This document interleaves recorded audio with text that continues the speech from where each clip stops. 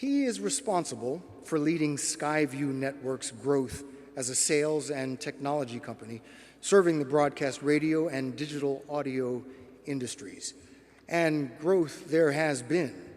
Since he started as Skyview's president and CEO, Steve Jones has led the network's expansion from 5,000 radio station business relationships to more than 12,500, spanning across news, weather, sports, and music programming. Steve has stated that, quote, "If you want to be successful, just like Mom and Dad said, you gotta work hard." And he has done just that, starting as a radio newscaster, disc jockey, and television reporter, and then as a writer and producer with ABC News, and progressing to leadership roles at abcnews.com and ABC Radio. Under his leadership, ABC News Radio was the most listened to commercial radio service in America. Steve's teams received an Edward R. Murrow Award and Peabody Award. Steve has won numerous awards, such as those for the Writers Guild of America and the Broadcasters Foundation of America.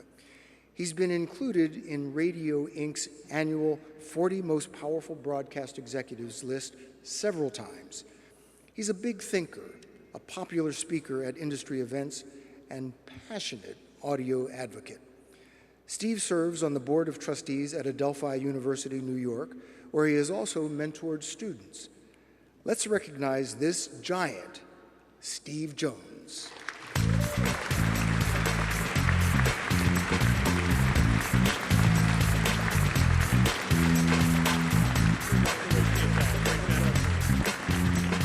Hello.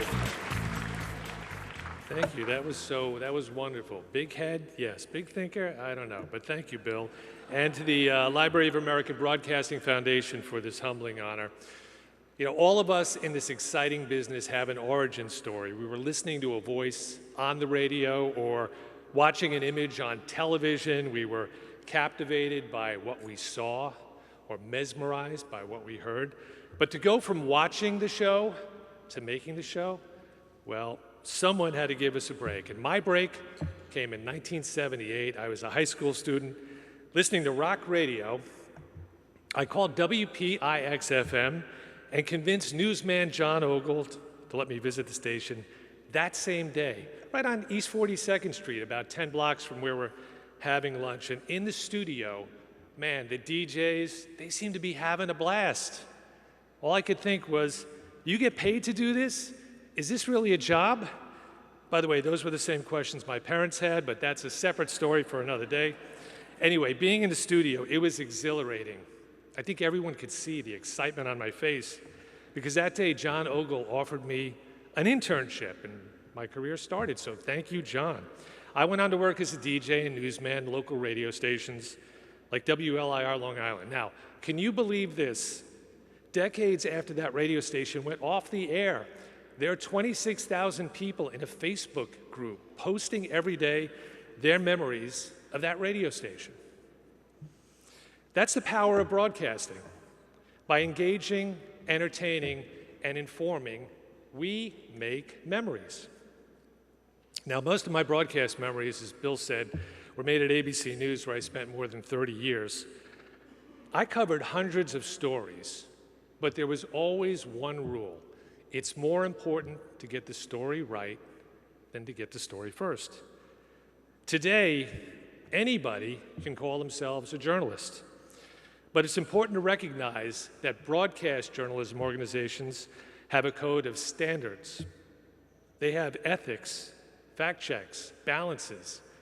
They serve their communities, their advertisers, and as Curtis knows of the NAB, they're also answerable to the FCC.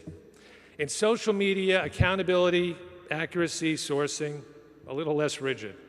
Many people get their information today with ever asking a key question. Who created it? What are they trying to influence or have me do? I think among young people, there's an epidemic of media illiteracy, and that's why I'm proud to be supporting a new education program at Adelphi University, raising student awareness on sourcing, vetting, and verifying the information they consume. And thank you to Adelphi for being here today as a sponsor. So, you know, there's not enough time for me to thank everyone who's shown me kindness or support, but I do have a bunch of mentors, colleagues, and friends seated with me today, several throughout the audience, but a lot of them over at table 6. So I want to call them out. Bob Waugh, who warmly welcomed me as a DJ in 1982, and we've been friends for 42 years. My former ABC mentors, the ABC Mafia over there, John McConnell, Trog Keller, Jim Robinson, John Rosso, Bernie Gershon, and Kate O'Brien. Skyview Network's founder, Ken Thiel, and his wife, Lorraine. Ken asked me to join him in 2019. He's been a great colleague, friend, and board chairman, and we have an amazing team at Skyview. Andrew Kalb, whose passion and creativity are matched by his outstanding character. We started working together on a Peter Jennings special at ABC, and we're at Skyview together now 25 years. So I have my own table of giants at 6, and today I stand on your shoulders. Thank you very much. Those of you in this business, you know, thank you, yeah. You guys know, particularly if you're in the news business, it impacts your family life. And my career would not have been possible without the extraordinary support of my wife, Diane. She's been on my side raising 2 amazing kids. Brandon, who went to Ohio State, as Mike McVeigh said, and works for Giant Records in LA. And here's the problem. My daughter goes to Penn State. She's a junior right now. So the family dynamic sometimes on football Saturdays, a little strained. Diane, I just wanted to say, sorry for all those calls from the newsroom in the middle of the night. It was Andrew Cow, probably. Sorry for all the missed family gatherings and too much business talk at dinner. On the bright side, I have promised you that I will try and schedule some weekday lunches, and here we are, so there's that.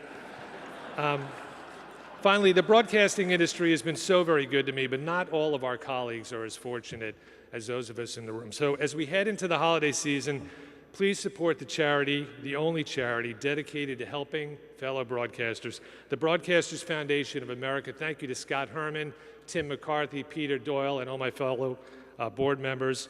And congratulations to my fellow honorees. It's such an inspiring event. Thank you to the LABAF, and thank all of you for supporting the event today.